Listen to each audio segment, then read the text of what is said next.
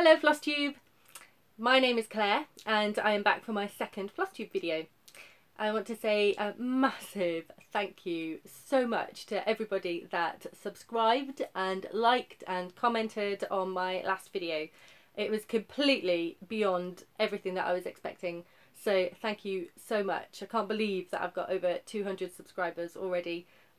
That's just incredible. And my husband is like, who are all these people? I'm like, they are nice people and they are my people. We are the same kind of people. It's all good. So today I thought I would answer a couple of questions and go through what the end of Mania was like for me, and some other whips that I've been working on, future plans, and a little bit of haul at the end. I also want to say thank you for everybody that told me that the video was flipped in after my last video and that you could all read all the words.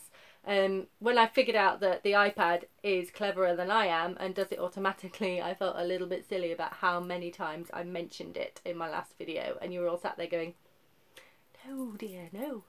So I'm a little technologically challenged, but it's all good, all good. Right, so there were a couple of questions that I got on my last video, so I will try and answer those first. Rose asked, how did I patch the bit on my Teresa Wentzler sampler where the rat ate away at the Ada and I had to cover the hole? It's a bit tricky to explain because I haven't got the technological understanding to kind of demonstrate it all in front of you. But basically you just chop another bit of Ada, and I didn't chop it actually on the holes, but I chopped it halfway between the holes and put it over the top of where the biting and chewing hole was, and got it so that where it was, there was stitching around all the edge of where the patch would be, and so each stitch around the patch went up the original fabric and down into the patch so that the edge was completely covered by stitching. And then when that was all stitched in place, turn it over and cut out the bitten in bit. It worked, it was fine. I think it was trial and error. I was lucky that it was on Ada, and I was extremely lucky that it was on a bit that I hadn't already stitched on. Rats. And no, another comment, I did not actually cause physical harm to the rat, tempting though it was, or my housemate. Somebody else asked, it was Ruby Lean, asked what kind of threads are used in a Teresa Wentzler generally, whether they are just DMC or whether she uses lots of specialty threads and stuff like that. She's mainly DMC. She doesn't use any hand-dyed threads, she doesn't use any silks. I think you could probably substitute some silks particularly if you wanted to. But she does use some metallics, so some blending filaments and some Krynics and things like that, just to add a little bit of bling. She does a lot of dragons and things, and you need a bit of bling and some shiny things when they're dragons. They just look fabulous, but they're not scary. Seriously not scary. Don't be put off by those. Don't be put off by the fractionals. Don't be put off by the blending. Have a go. It's dead easy. It's just one stitch after another. It's fine, so go for it. Having said that, I have a Teresa Wentzler finish. Yes, I do. Now, this is finish number 2 in 2016, which goes to show how often I have finishes. I don't often have finishes because I'm working on so many large things.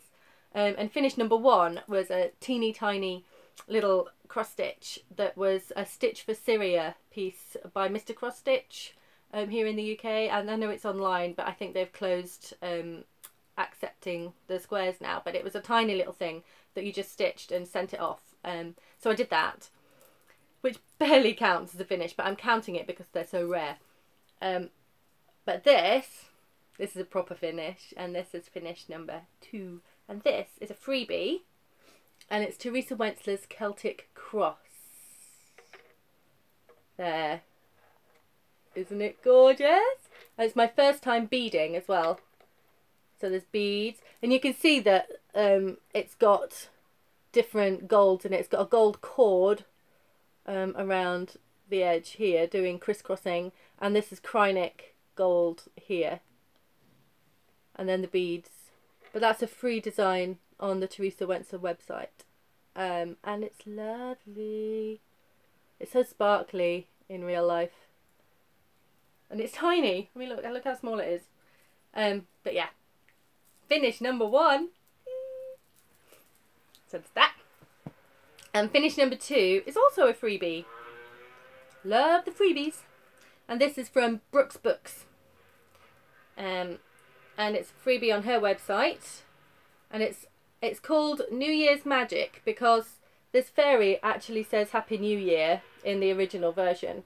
But I changed it because I thought I wanted to make it appropriate all year round. And my eldest daughter, Miriam, really loved her. So I've altered it to say, make a wish, Miriam. And so I did her. And Miriam changed some of the colours. She decided on the colour for like the wand. And she chose the different colours for the beads and the dress and things, which are not what are charted. But she's lovely. Really easy to stitch. No backstitch. Well, hardly any backstitching, just for some details. And it was so lovely because I posted this on the Brooks Books Stitch Along Facebook group, and Brooke herself commented about how much she liked it and how she really loved the alterations and the lettering that I did and stuff. And that was just really special to actually have the designer say how much she liked my stitching and the alterations that I've made. That was really lovely. So that made my day. So that's my finish number 2. Yay! 2 finishes. Hopefully there'll be more this year, but no guarantees. Right, Mania. I've got the Flosstube itchy nose. I don't know what it is. It just says Mania. Wasn't it fun? It's still going on for some people because it is Sunday the 29th of May right now, and I know that some people were doing like 40 starts. Some people were doing 1 a day for the whole of May. Crazy people. So it's still going for some, but for me it finished on the 17th. So the 16th was, I started this one here, the Lizzie Kate Tiny Tidings number 19, the little Santa nose ornament. And I started it, and I started it over 2, but it was coming out really big, so I frogged it all and did it again over 1. So this is over 1. See there.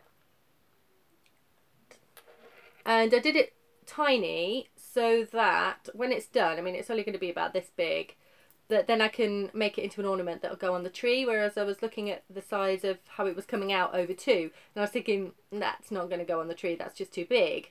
So this way it'll go on the tree, and then hopefully I'll do some of the others as well, so they'll all go on there. So that was start number 16. And then start number 17 was the Teresa Wentzler Dutch Heart. Pennsylvania Dutch Heart on yellow 28 count, and that's as far as I got. Now, at the risk of being a little bit rude, I did this bit first, and I have to say it looked quite dodgy. My husband was like, "What are you stitching?"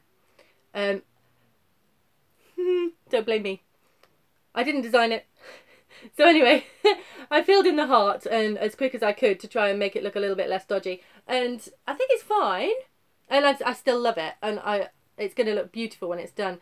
But every time I look at it, that's all I see. So, I don't know what to do. Scrub my mind out with soap, my mother would say. Anyway, that's that. All you Teresa Wentzler lovers out there, don't kill me. Now, after Mania finished, I got back to my normal whips. And it was such a relief, actually, because I really loved Mania. I loved it. It was so much fun, and I got to start lots of things that I really wanted to start. But starting one thing every day and not being able to carry on with it when you fell in love with it I found that quite difficult, and it was quite a new thing for me. So I loved everything that I did, but it was a big relief to actually get back to my normal whips. I do want to do mania again next year, and I've already made a list of things that I want to start during the next year. Big. But at the moment, I'm head down and focusing on the whips that I've already started, apart from a couple that I've planned. So my main whip is massive, and it's a Heaven and Earth design. I have 8 Heaven and Earth designs on the go at the moment. 3 of them are big regular size, and all the others are smaller ones. And this beauty here, I started about 8 years ago. I did go on kind of a stitching hiatus for about 4 years, but even so, I've not really made that much progress. This is Celestial Companions by Molly Harrison, and I've got 8 pages done, and this is on 25 count, stitching 1/1. Can't really see what you're doing. There we go. And he is gorgeous. Told you I love dragons. All of this moon is Krynic. There's lots of Krynic in the sky. This is where you can see that I did the first Heaven and Earth Designs challenge that was at the beginning of the year. So I did that. Yeah, so I finished page 8 a few weeks ago, and I've moved on to page 9. And what I would really like is to do this whole row before the end of the year. So I'm going to push on that and see whether I can do that, or whether I burn out on it and do something else. But there's that. I was going to do the second Heaven and Earth Designs challenge on a different design that I'd started. But I decided that the way of stitching that challenge wants, it's cross-country stitching, which obviously I do, but it's kind of extreme cross-country stitching with a colour at a time over a whole page. And I think I picked the wrong pattern, to be honest. I picked Ex Machina to do, and there was lots and lots of confetti in it, and it just was driving me nuts. So I wasn't enjoying it, so I ditched that challenge. So I'm not going to get the reward chart for that. Yeah. Frame falling apart. Anyway, there we go. Celestial Companions. I work on that one every day for at least a little bit. My next whip is a Teresa Wensler. I do a lot of hers. And this is kind of my second focus. So I try and stitch on it most days, but if I don't, then that's fine. And this is The Guardian. Oh, I haven't shown you the picture of what Celestial Companions is going to look like. Sorry. There she is. Lady Fairy with the dragon. So that's what that's going to look like. So this one is The Guardian, another dragon. And that one is going to look like that. Ain't she pretty? I love the colours. Love the colours. So that's where it is at the moment. I'm thinking of adding in some blending filament into the dragon's colours. That it's not charted, but it'd be really easy to add into it. So I'm going to do that. And the border is insane. See all the fractionals. I don't know if you can see them all. And I chose to do this on 18 count Ada, which a lot of Teresa Wensler stitches will tell you is crazy because of all the fractionals. But I find if you get a sharp enough needle, then it's fine going into the centre of the Ada.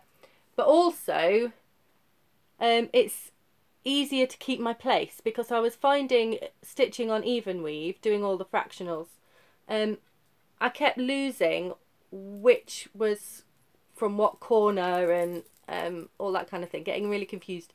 Whereas if it's on Ada, I get a lot less confused. I'm a bear of little brain. I need all the help I can get. So there's the border, dragon, sky, sea, and that. So that's the Guardian. And the other main whip of mine is my Saturday piece. So I only really work on this on Saturdays unless she comes up in my rotation. But I really would like to get her done by the end of the year. And she is a story keep from Heaven and Earth Designs called Jewel of the Sea. And she is by Jessica Galbraith, and I believe she is discontinued at the moment. She's retired. At least the story keep is. I don't know if the regular size is still available. And she is like that at the moment. Isn't she gorgeous? She's so beautiful. I love her. And she's got probably another page or so, so probably down to about here. So she'll be quite long. Quite a long tail and then a bit of water below her. But she's really, really pretty. Worked on her last night. I can't wait to get back to her. I love her. So that's my jewel. So that's the main whips that I'm working on at the moment. But every day I also try to have a whip of the day. Because I've got so many and I like to just do a few hours on them in the evening and work on them. And also I like to do the Stitch Mania stitch-alongs. Last week we had the Lady in Red stitch-along on the 24th. So you could stitch on anything that was red, had red in it. It was kind of really loosely defined. And I stitched on my Celtic Lady. Because, yeah, red. Lots of red. And I fell in love with her during Stitch Mania. So I've been trying to stitch on her as much as I can in between. And that's as far as I've got on her. Well, she's not actually there at the moment. It's just a border. Now, I thought I would pause at this point and do a little thread comparison for you. Because I had quite a lot of trouble figuring out what metallic I was going to use on her. And in the end, there were 4 contenders for the hand of this beautiful lady. And so I thought I would go through with them and show you their pros and cons. Contender number 1 for the metallic was this one, which is, as you would think at the beginning, the forerunner for the position, because it's the one that's actually charted on the pattern. And this is DMC 284Z. And so when I kitted her up, I went online and I actually got 2 reels of this. Was going to use it, nice and shiny. Look how shiny, shiny. But there was it a couple of weeks ago, a thread on Stitch Mania conversation that said that this is nasty and it tarnishes in your work after a while, and that even the designer has been heard to say that she only used this because it was the only gold metallic available at the time and she wouldn't advise it now. I wish I'd known that before I bought 2 spools of it. So, rejected. Number 2. Krynic. This is the brightest gold that I currently have in my Krynic collection. And I love Krynic. I really do. I use it a lot in the Heaven and Earth designs. I use it a lot with the Teresa Wentzlers.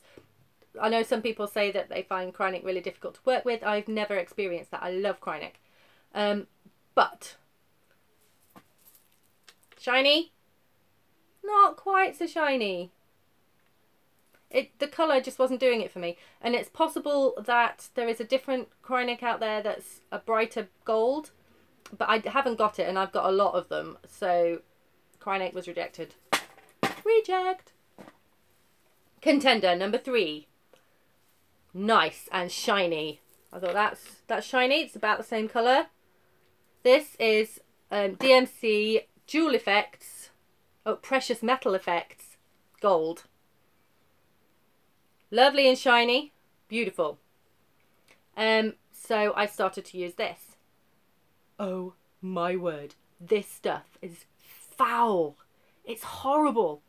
It split. It snapped. It frayed. and the strands wouldn't lie like really nicely next to each other. One would bobble out a bit and stuff. I tried quite short lengths, and oh no, I ripped this out within like 10 minutes. I was like, I can't possibly stitch as much metallic as is in this piece using this. So I ripped that out. And so this one is also rejected, definitely rejected. What worries me is it's the same kind of consistency as the light effects, which everyone hates. Now I think I know why, if this is what it's like. And I'm a little bit worried because I need to use the light effects in my Flower Fairy. I'm just going to have to suck it up and hope it's a very, very small amount, I think. Anyway, number 3, reject. You're out of here. So, I went online and I bought my very first ever Petite Treasure braid. And lots of people have said how much they love the Petite Treasure braid. Look how it's shiny. So it's got the shiny, and I tried it. I love it. It is so easy to work with. It is so smooth. It glides through the fabric and it sits really, really beautifully. Where is it?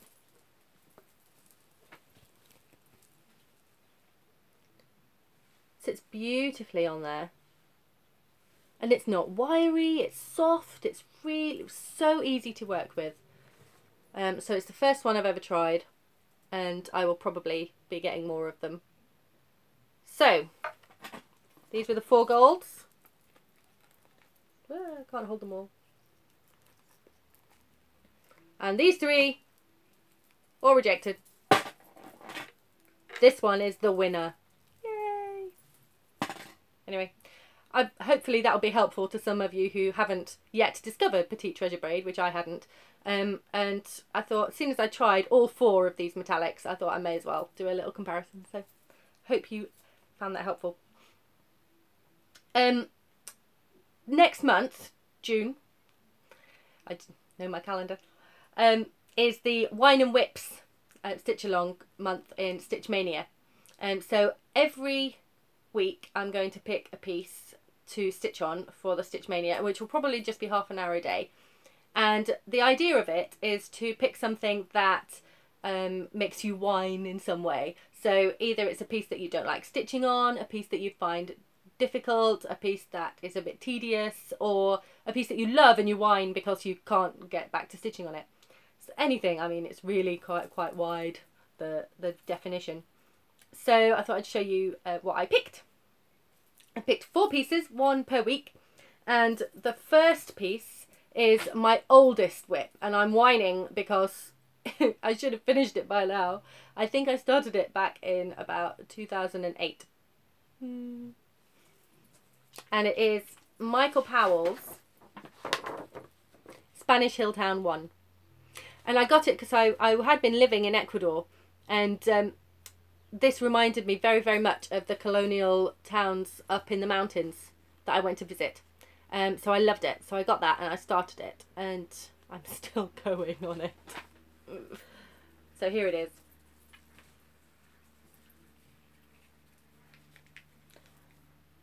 So I have done quite a lot of it.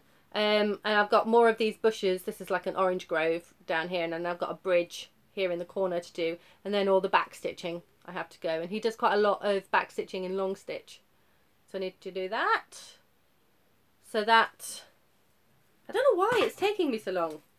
I mean, I've got a lot more challenging pieces and a lot bigger pieces, but it is taking me a long time. So week number 1.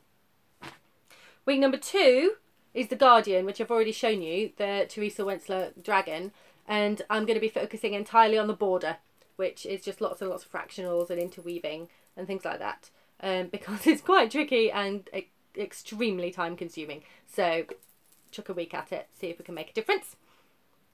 Week number 3, Blushing Rose, another Heaven and Earth, and this is another one of my big ones. And there she is, and she's by Karen Vinson, and she is also discontinued, retired, whatever the word is. And I started her a while ago and then just put her down again. So I keep picking her up and putting her down, and I've hardly done any. It's quite embarrassing. Don't judge. Only done that much. Her hair is just beautiful. I love it.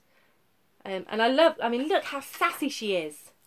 She's like, hello, look at my stripy tights and my ribbon arms. Hello. So she might be called Blushing Rose, but she's not really that shy, I reckon.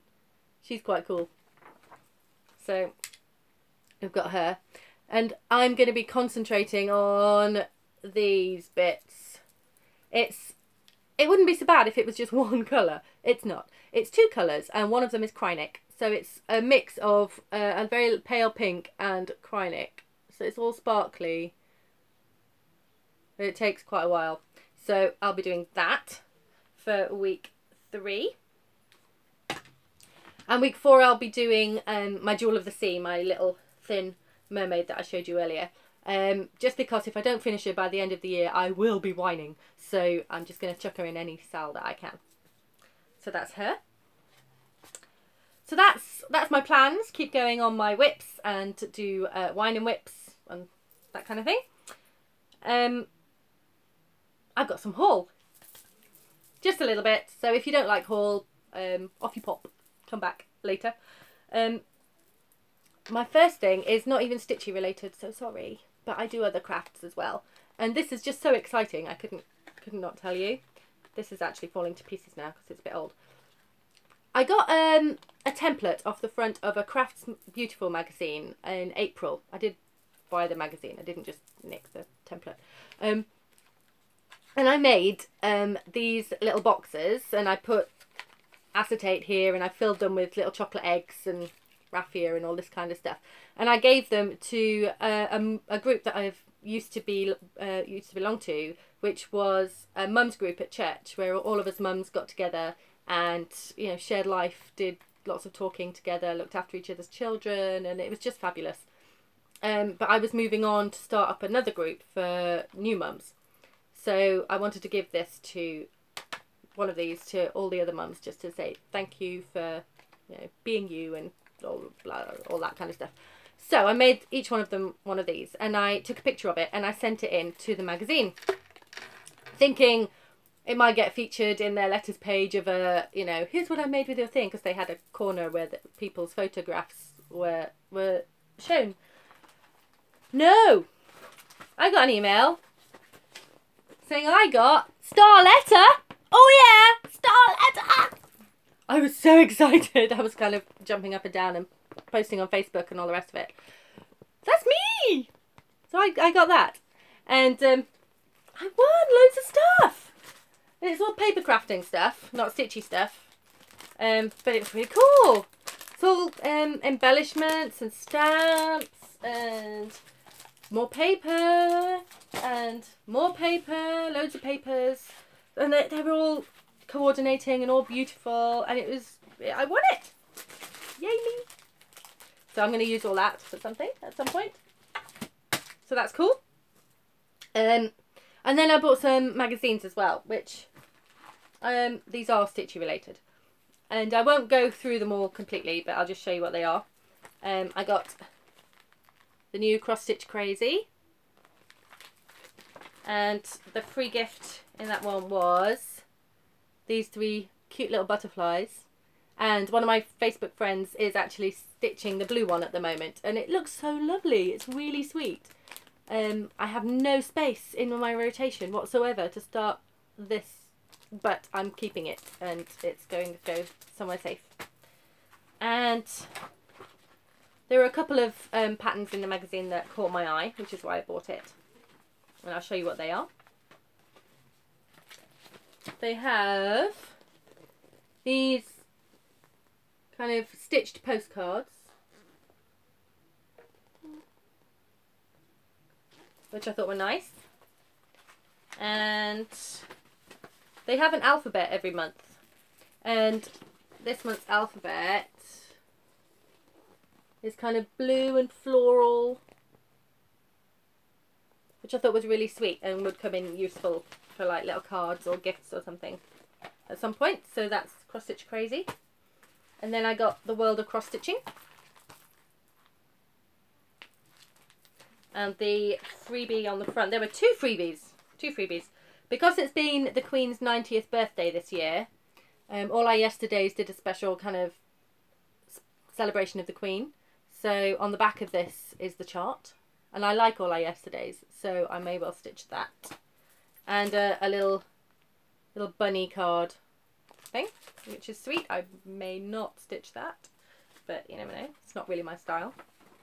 And the things in this magazine that really caught my eye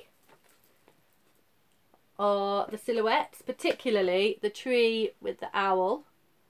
And so it's black, but you use the new range of DMC colorists to do the background. I don't like the coverage of the black that they've got in their stitched example, but I think it's on 14 count, so if you stitch it on a smaller count, then that should look a bit better. So I might do that at some point in the future. And these are so cute. They remind me a little bit of the Lizzie Kates, but in a little bit of a different style.